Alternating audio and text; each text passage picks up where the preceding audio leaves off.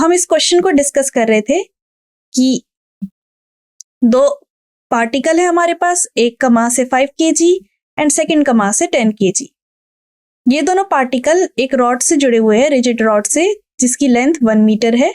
Okay, and इस rod का मास negligible है। मेरी वॉइस बहुत लो आ रही है आपको। ओके,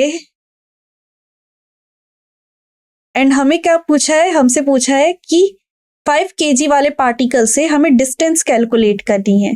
ठीक है योगेश, हम आपकी बात का ध्यान रखेंगे एंड अगली बार से कोशिश करेंगे कि वॉइस और ज्यादा हाई हो पाए। थैंक यू बताने के लिए कि वॉइस लो आती है हमारे वीडियोस में। तो अब हमें क्या करना है, सेंटर ऑफ मास कैलकुलेट करना है। तो सेंटर ऑफ मास क्या होगा इस सिस्टम का, पूरा किस फॉर्मूले से कैलकुलेट करेंगे। सबसे पहले तो हमें समझना होगा कि एक ही डायमेंशन पे चलना है। ओके, और मान लो उस डायमेंशन को हम एक्स एक्सिस मान ले लेते हैं। तो एक्स का फॉर्मूला क्या हो जाएगा, centre of mass m1 x1 plus m2 x2 divided by m1 plus m2। अब m1 क्या है हमारा, m1 है 5 kg, m2 है 10 kg। आप लोग बता सकते हो कि x1 क्या है एंड x2 क्या है। x1 हम यहां से शुरू कर रहे हैं, 5 kg की पोजीशन क्या है, इसको 0 अज्यूम कर रहे हैं, सो 0 मीटर्स। एंड x2 जहां पर मास 2 रखा गया है उसकी पोजीशन है 1 मीटर। तो ये सारी वैल्यूज आपको ऊपर की इक्वेशन में पुट करनी है एंड फाइनल आंसर निकल के आ जाएगा। योगेश, आप कह रहे हो कि आंसर बी ऑप्शन है 67 सेंटीमीटर। ओके, तो चेक करते हैं कि क्या योगेश का आंसर सही है and B option is the correct answer. Yogesh, very good, आपने बिल्कुल करेक्ट आंसर फाइंड आउट किया है। Very good Yogesh Sharma. Okay, जिनको भी सॉल्यूशन देखना है वो यहाँ पर सॉल्यूशन देख सकते हैं। ओके, यहाँ पर 5 kg का मास रखा गया, यहाँ पर 10 kg का मास रखा गया है एंड सिर्फ हम एक एक्सिस की बात कर रहे हैं तो y कंसीडर ना करें एंड सारी वैल्यूज को इस फॉर्मूले में पुट करके फाइनल आंसर फाइंड आउट कर ले। एंड योगेश ने करेक्ट आंसर फाइंड आउट किया है which is 67 centimetre. Okay, very good students. अब नेक्स्ट क्वेश्चन पे चलते हैं। नेक्स्ट क्वेश्चन है कि कौन सा स्टेटमेंट करेक्ट है। Which of the following statements are correct. First, चलो अब सारे स्टेटमेंट्स को पढ़ते हैं। पहला स्टेटमेंट है centre of mass of a body always coincide with centre of gravity of the body. क्या ये करेक्ट ऑप्शन है कि जो सेंटर ऑफ मास होता है किसी बॉडी का वो हमेशा कोइंसाइड करता है सेंटर ऑफ ग्रेविटी से। ये गलत ऑप्शन है। मैंने लेक्चर में भी एक्सप्लेन किया था कि यस, हमें दिखता है कि centre of mass and centre of gravity एक ही पॉइंट पे हमें जनरली मिलता है, बट इसका मतलब ये नहीं है कि ऑलवेज कोइंसाइड करे। ये हम एक्सप्लेन कर चुके हैं, तो फर्स्ट ऑप्शन गलत है। Second option, centre of mass of a body is the point at which total gravitational torque on the body is 0। क्या ये सही है। वैसे क्वेश्चन पूछा गया which are the following are, मतलब दो ऑप्शंस होंगे। ओके, कोई दो स्टेटमेंट्स करेक्ट है, तो क्या बी ऑप्शन करेक्ट है। Centre of mass of a body is that point at which total gravitational torque on the body is 0। ये करेक्ट लग रहा है क्योंकि इसके बारे में हम डिस्कस कर चुके हैं अभी। जैसे कि मैंने बताया था कि टोटल ग्रेविटेशनल टॉर्क उस पॉइंट पे 0 होना चाहिए, तो ये करेक्ट लग रहा है। सी ऑप्शन चेक करते हैं। A couple on a body produce both translation and rotation motion in a body. क्या कोई कपल फोर्स मतलब कि अगर ये कोई ऑब्जेक्ट है तो इक्वल एंड अपोजिट फोर्स क्या ट्रांसलेशन एंड रोटेशन दोनों को जनरेट कर सकता है। योगेश कह रहे कि बी या सी ऑप्शन सही है। योगेश, आपको सी ऑप्शन सही लग रहा है। सी, कपल फोर्स की डेफिनेशन होती है ये इक्वल एंड अपोजिट फोर्स किसी एक बॉडी पे लग रहे हैं, तो क्या वो बोथ ट्रांसलेशन का मतलब होता है किसी एक एक्सेस पे चलना, रोटेशन का मतलब हो रहा है रोटेट करना। क्या सी ऑप्शन करेक्ट लग रहा है आपको? B and C.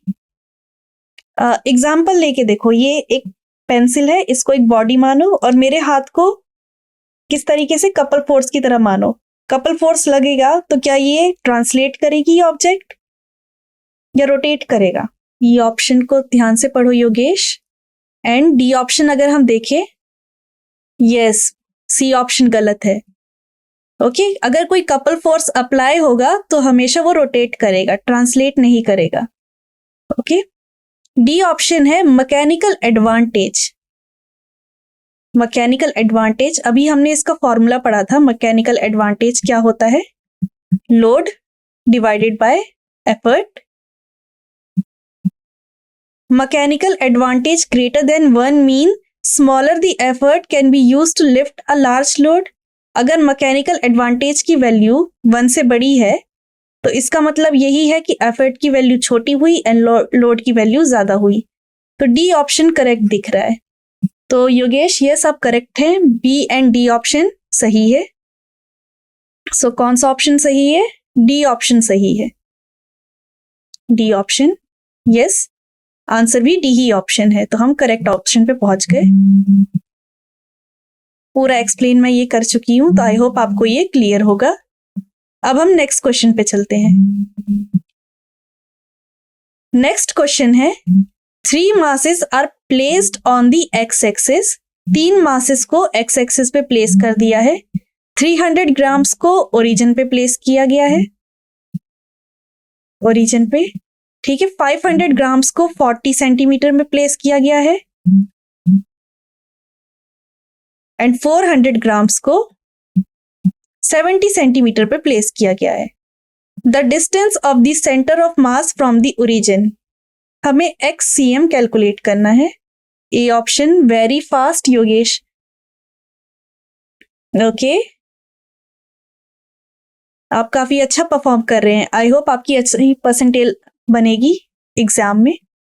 फॉर्मूला यही यूज किया होगा आपने, क्योंकि 3 पार्टिकल है।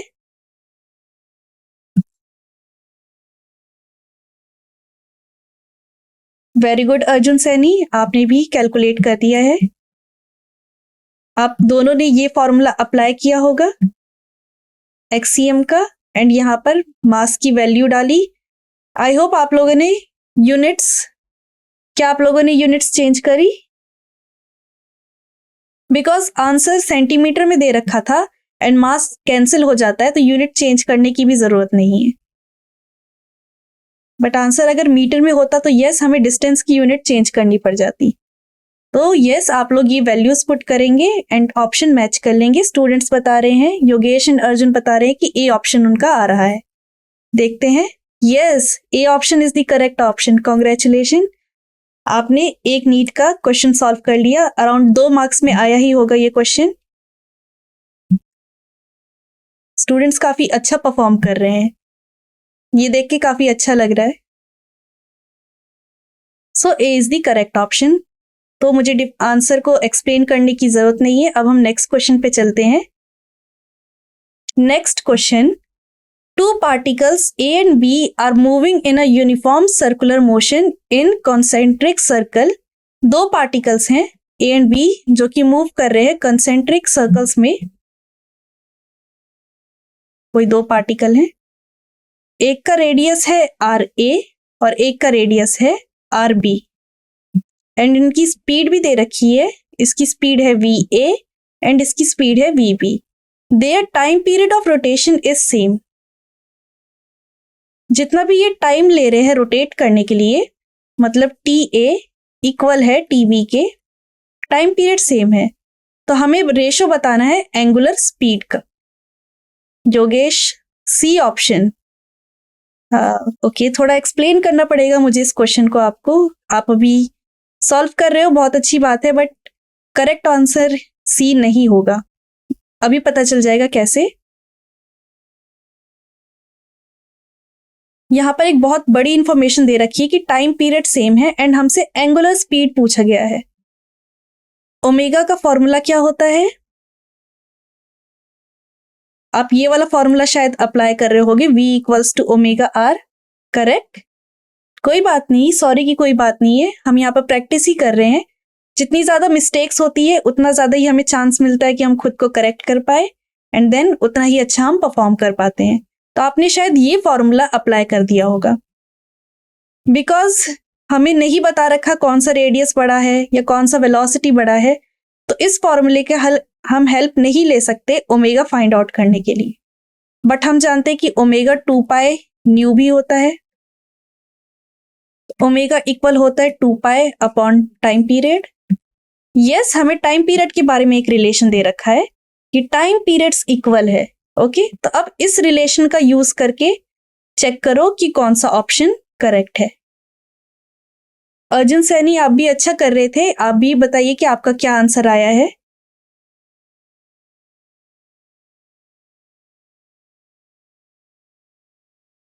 Omega A divided by omega B equal हो जाएगा T B by T A, correct? And हमें गिवन है कि टाइम पीरियड सेम है, इसका मतलब T B by T A equal है, तो ये दोनों कैंसिल आउट हो जाएगी, आंसर हो जाएगा 1। तो omega A upon omega B का रेशो क्या आया स्टूडेंट्स?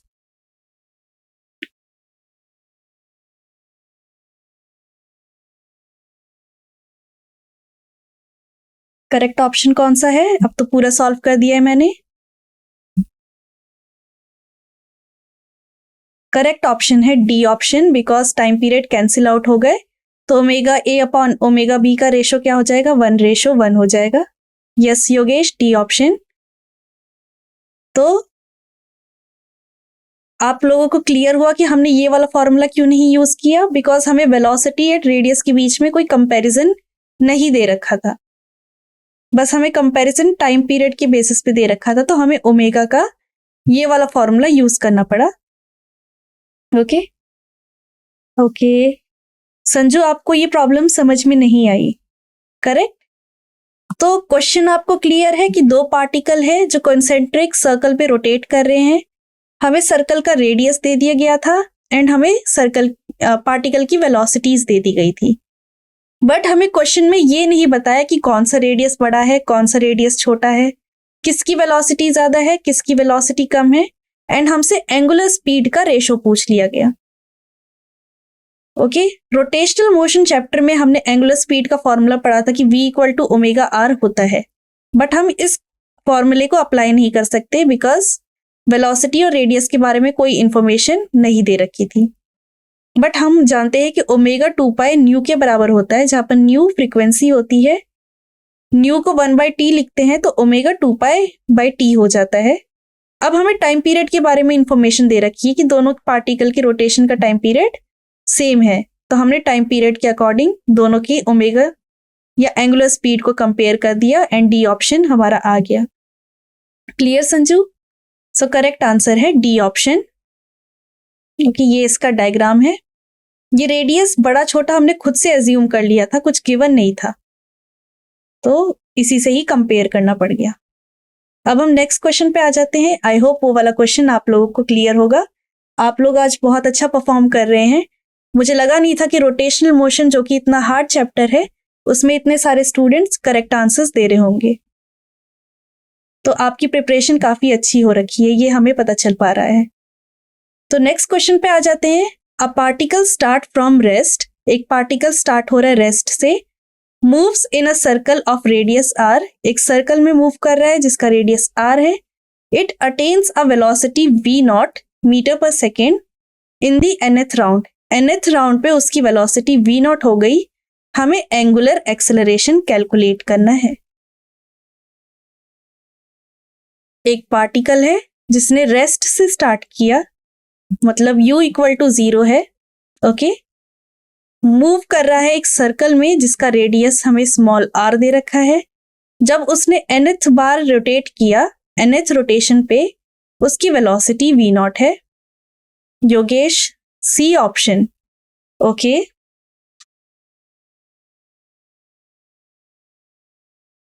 सी ऑप्शन आपको लग रहा है एंगुलर एक्सेलरेशन। योगेश, अगर आप डायमेंशनली देखो इस क्वेश्चन को तो नीचे आर स्क्वायर नहीं आ सकता, डायमेंशनली इनकरेक्ट हो जाएगा। नो, सी एंड डी दोनों गलत होगा।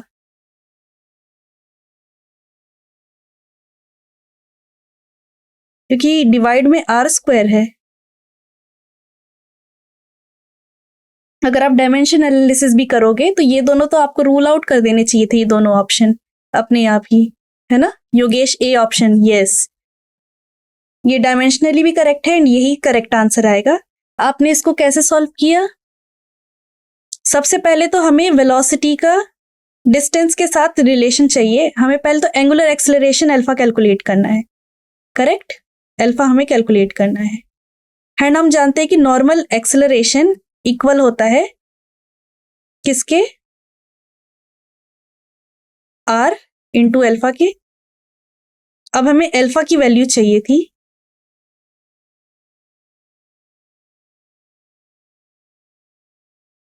आप लोगों ने ऐसे ही सॉल्व किया तो, और हम जानते हैं v square equal to u square plus 2as होता है।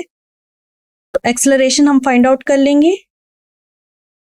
ओके, आर स्क्वायर आना था, ठीक है ठीक है ठीक है, okay correct, sorry students. R और एस पी आर हो जाता, ठीक है ओके। ए सॉरी, योगेश ने जो स्टार्टिंग में बोला था फिर भी 4 पाया था। अर्जुन सैनी का आंसर करेक्ट था, डी ऑप्शन करेक्ट था, सबसे मिस्टेक हो गई।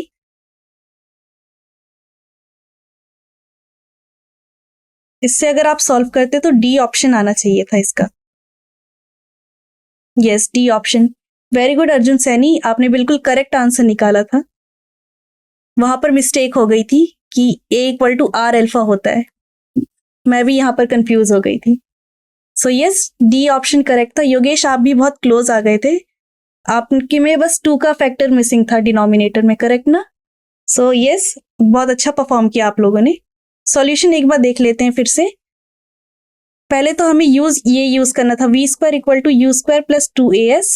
हमें इन्फॉर्म कर दिया गया था कि इनिशियल रेस्ट से स्टार्ट हो रहा है तो u की वैल्यू 0 है एंड हम जानते हैं कि a किसके इक्वल होता है? r इंटू एल्फा, और r की वैल्यू क्या हो जाती? n इंटू 2πr, इतना रोटेट वो कर रहा था। तो ये सारी वैल्यूज डाल के हम अल्फा कैलकुलेट कर देते। ओके, सो अर्जुन सैनी ने इसका करेक्ट आंसर फाइंड आउट किया था जो कि डी ऑप्शन था। Very good Arjun Saini. अब हम नेक्स्ट क्वेश्चन पे आ जाते हैं। आप लोगों की फीडबैक की वजह से काफी अच्छा लेक्चर चल रहा है आज का एंड मुझे लग रहा है कि बहुत सारे स्टूडेंट ने इस चैप्टर पे बहुत अच्छे से ध्यान दिया है, तभी इतना अच्छा परफॉर्म कर रहे हैं। सो क्वेश्चन है, a wheel has angular acceleration of 3 radian per second and an initial angular speed of 2 radian per second. एक व्हील है जिसका एंगुलर एक्सेलरेशन अल्फा दे रखा है 3 radian per second square and initial angular speed omega I. Ma'am only rotation motion से question है क्या? नहीं, आगे सारे टाइप के क्वेश्चंस आपको मिलेंगे। ये जो हमने जितने भी क्वेश्चन प्रिपेयर किए हैं अभी तक आने वाले सबसे बेस्ट क्वेश्चन एंड सारे टाइप के क्वेश्चन का मिक्सचर है, इसमें आपको सब कुछ मिलेगा। मोमेंट ऑफ इनर्शिया भी मिलेगा, पावर भी मिलेगा, टॉर्क भी मिलेगा। सो ओमेगा आई है 2 radian per second. In and time हमें टाइम दे दिया है 2 सेकेंड का। It has rotated through an angle theta हमसे पूछा है। अल्फा दे दिया है, ओमेगा आई दे दिया है, टी दे दिया है, थीटा दे दिया है। कैसे सॉल्व होगा ये क्वेश्चन? ओमेगा आई या ओमेगा नॉट लिख दो इसको।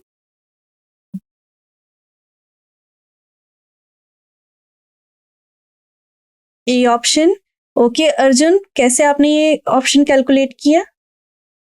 आपने कौन सा फॉर्मूला यहां पर यूज किया? इन सब के बीच में रिलेशन कौन सा है?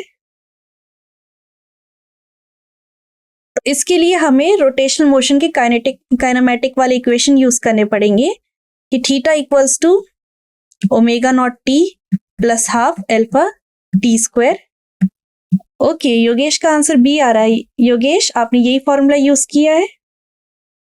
ओमेगा नोट की वैल्यू 2 है, टाइम पीरियड की वैल्यू 2 है, अल्फा की वैल्यू 3 है। Equation number 2, yes correct, second equation.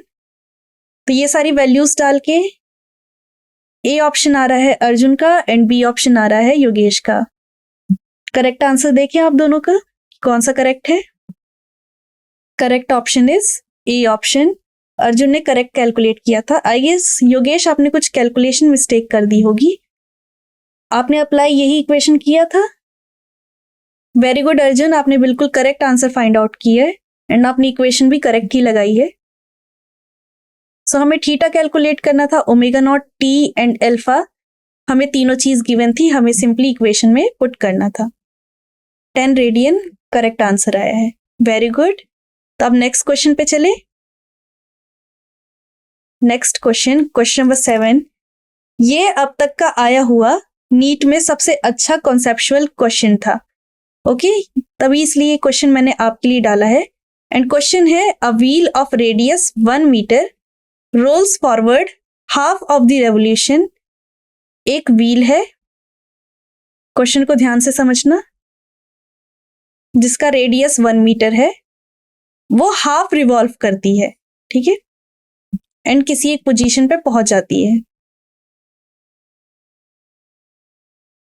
Half revolve करती है एंड किसी एक पोजीशन पे पहुंच जाती है। The magnitude of the displacement of a point of the wheel initially at the contact in the ground is. कोई पॉइंट जो ग्राउंड के कॉन्टेक्ट में था, पी पॉइंट, अब हाफ रोटेशन के बाद वो कहीं भी पहुंच गया हो, उस डिस्टेंस को हमें बताना है। कैसे करेंगे इस क्वेश्चन को। एक व्हील है जिसका रेडियस 1 मीटर है, वो व्हील हाफ रोटेट किया, हाफ रिवॉल्व किया एंड एक पोजीशन में पहुंच गया। कोई अगर पॉइंट पी ग्राउंड पे था, तो अब वो नया पॉइंट जहां भी पहुंचा होगा उसके एंड इनिशियल पॉइंट के बीच की हमें डिस्टेंस बतानी है। कोई बता सकता है इसे कैसे सॉल्व करेंगे। सी ऑप्शन, आपने आंसर कैलकुलेट भी कर दिया। ओके, आप बता सकते हो कि आपने क्या अप्रोच यूज करी। सबसे पहले आपको क्लियर होगा कि हाफ रोटेट कर रहे हैं, तो अगर कोई पॉइंट ग्राउंड में है, please repeat question number 7। D option अब आपका आ रहा है। ओके अर्जुन, क्वेश्चन ये है कि एक व्हील है जिसका रेडियस 1 मीटर है, उसने क्या किया, हाफ रिवॉल्व किया ग्राउंड से एंड किसी एक पोजीशन पे पहुंच गया। Ma'am answer D. Okay okay, मुझे लगता है आपने करेक्ट आंसर कैलकुलेट किया है। यस, इसका डी ही ऑप्शन होना चाहिए था। वेरी गुड योगेश, अभी तक का आया हुआ मेडिकल एग्जाम में ये सबसे मुश्किल क्वेश्चन में से एक था एंड आपने इसका आंसर करेक्ट कैलकुलेट कर लिया। तो आप लाइक अपने लिए क्लैप कर सकते हो, बिकॉज यस, इजिली तो ये क्वेश्चन सबसे सॉल्व नहीं हो पाता था। ओके तो यस, ओके कोई पॉइंट, जो पॉइंट पी मान लीजिए वो पॉइंट है जो ग्राउंड को टच कर रहा होता, तो हाफ रिवॉल्व करने के बाद वो पॉइंट ऊपर की साइड आ गया होगा। अब हमें ये पी डैश फाइंड आउट करना है। हमें ये तो पता है कि ये वाली जो डिस्टेंस में ड्रॉ कर रही हूं वो 2 मीटर हो जाएगा, बिकॉज डायमीटर है ये एंड ये ग्राउंड के परपेंडिकुलर होगा। अगर इस पॉइंट को मैं ओ कह रही हूं, तो ये ओपी डिस्टेंस क्या होगी, क्योंकि हाफ रिवॉल्व किया है, सरकमफेरेंस का हाफ रिवॉल्व किया है, सरकमफेरेंस होती है 2 पाई आर एंड हाफ रिवॉल्व किया है, तो ये डिस्टेंस होगी पाई आर। योगेश, आपने बहुत अच्छा परफॉर्म किया है इस क्वेश्चन में। ओके एंड अब हमें ये पी डैश लाइन फाइंड करनी थी, तो हमें सिंपली अब क्या करना है, ट्रिग्नोमेट्री अप्लाई कर देना है, पाइथागोरस थ्योरम की। बिकॉज ये चीज हाइपोटेनियस है, तो वो किसके हो जाएगी, बेस स्क्वायर, आर की वैल्यू 1 है तो pi square and perpendicular square which is 2 square. वो डिस्टेंस पी डैश इक्वल हो जाएगी square root of pi square plus 4। Okay, so Yogesh ने बिल्कुल सही कैलकुलेट किया था। D is the correct option. Arjun, क्या आपको ये क्वेश्चन क्लियर हुआ कि क्वेश्चन क्या है एंड कैसे इसको सॉल्व किया गया? And very good Yogesh, again आपने बहुत अच्छे से इस क्वेश्चन को सॉल्व किया, आपने कोई मिस्टेक नहीं करी, तो ये काफी अच्छा लगा ये देखकर। So D is the correct option. ये इसका डायग्राम थोड़ा और नीट वे में, कि अगर कोई पॉइंट जमीन पे टच कर रहा है तो हाफ रिवॉल्व करने के बाद वो पॉइंट टॉप पे आ चुका होगा। ये चीज हमें अपने ब्रेन में इमेजिन करनी थी, फिर जाके ये डिस्टेंस हमें कैलकुलेट करना था, तो हमें ट्रायंगल का फॉर्मूला लगाना था पाइथागोरस थ्योरम से। ओके, तो डिस्प्लेसमेंट हमने कैलकुलेट कर ली। बहुत अच्छी बात है, ये आप लोग सॉल्व कर पाए। अब हम नेक्स्ट क्वेश्चन पे चलते हैं। नेक्स्ट क्वेश्चन एक वेक्टर से रिलेटेड क्वेश्चन है, एंड क्वेश्चन है find the torque about the origin when a force, हमें फोर्स दे दिया गया है, act on a particle whose position vector is 2k cap, मतलब हमें r वेक्टर दे दिया है 2k कैप एंड हमें फोर्स वेक्टर दे दिया है 3j कैप, एंड हमसे टॉर्क फाइंड आउट करने के लिए कहा है। कैसे सॉल्व करेंगे इसको? अर्जुन, वेरी गुड, आपको क्वेश्चन क्लियर था।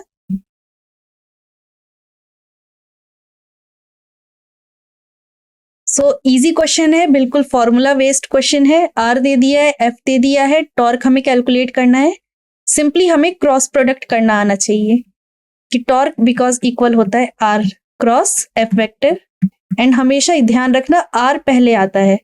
अगर आप इसको एफ क्रॉस आर लिखने लगे तो आंसर गलत हो जाएगा, जैसे कि ऑप्शन कंफ्यूज कर जाएंगे आपको।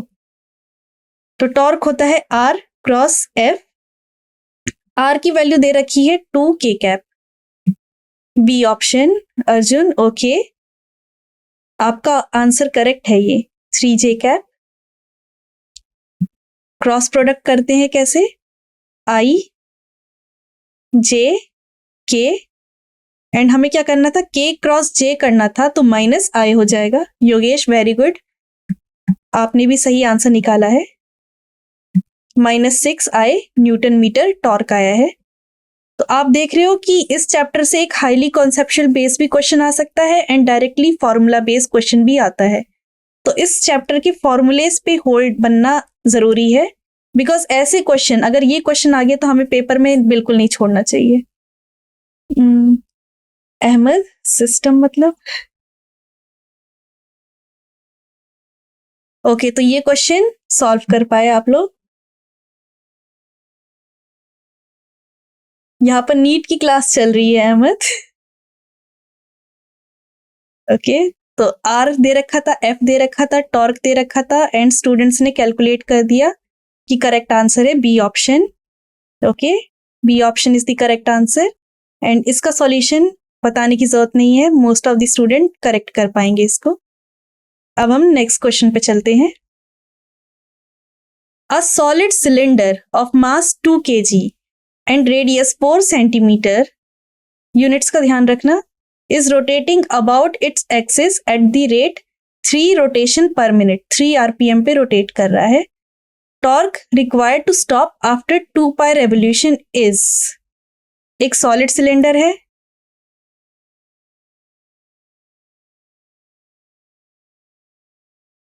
ठीक है, जिसका मास हमें दे रखा है 2 kg, रेडियस हमें दे रखा है 4 सेंटीमीटर या 4 × 10⁻⁻² मीटर, रोटेट हो रहा है about an axis at the rate, हमें रेट दे रखा है 3 rpm रोटेशन पर मिनट। हमें टॉर्क कैलकुलेट करना है, 2 पाई रेवोल्यूशन के बाद कितना टॉर्क होगा। सो टॉर्क का फॉर्मूला हम जानते हैं, आर क्रॉस एफ होता है। टॉर्क आर क्रॉस एफ होता है। Arjun, may be A, okay, आप गेस कर रहे हो। सबसे पहले तो आरपीएम के बारे में जानते हैं, 2 पाई रेवोल्यूशन।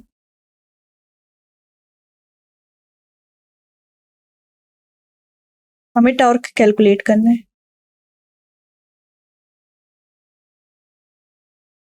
ओके, तो हमें वर्क एनर्जी थ्योरम पता है। ओके, वर्क एनर्जी थ्योरम क्या कहती है कि वर्क किसके इक्वल होता है, change in kinetic energy.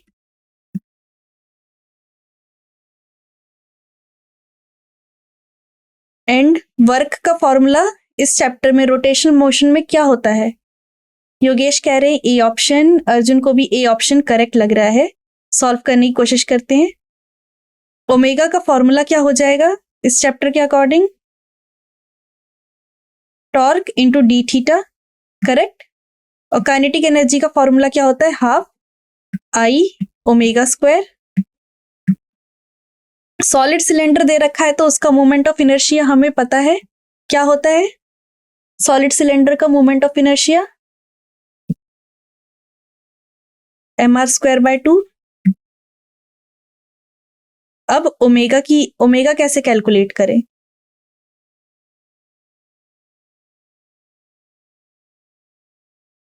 Torque हमें फाइंड आउट करना है।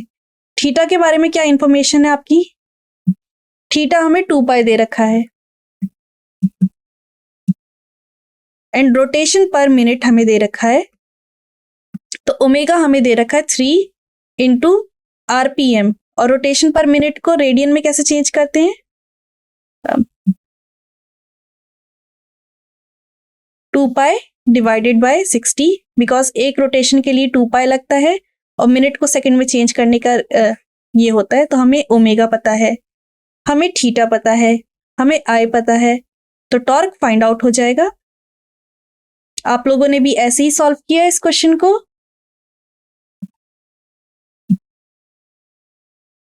एंड चेक करते हैं कि ऑप्शन ए करेक्ट है या नहीं है।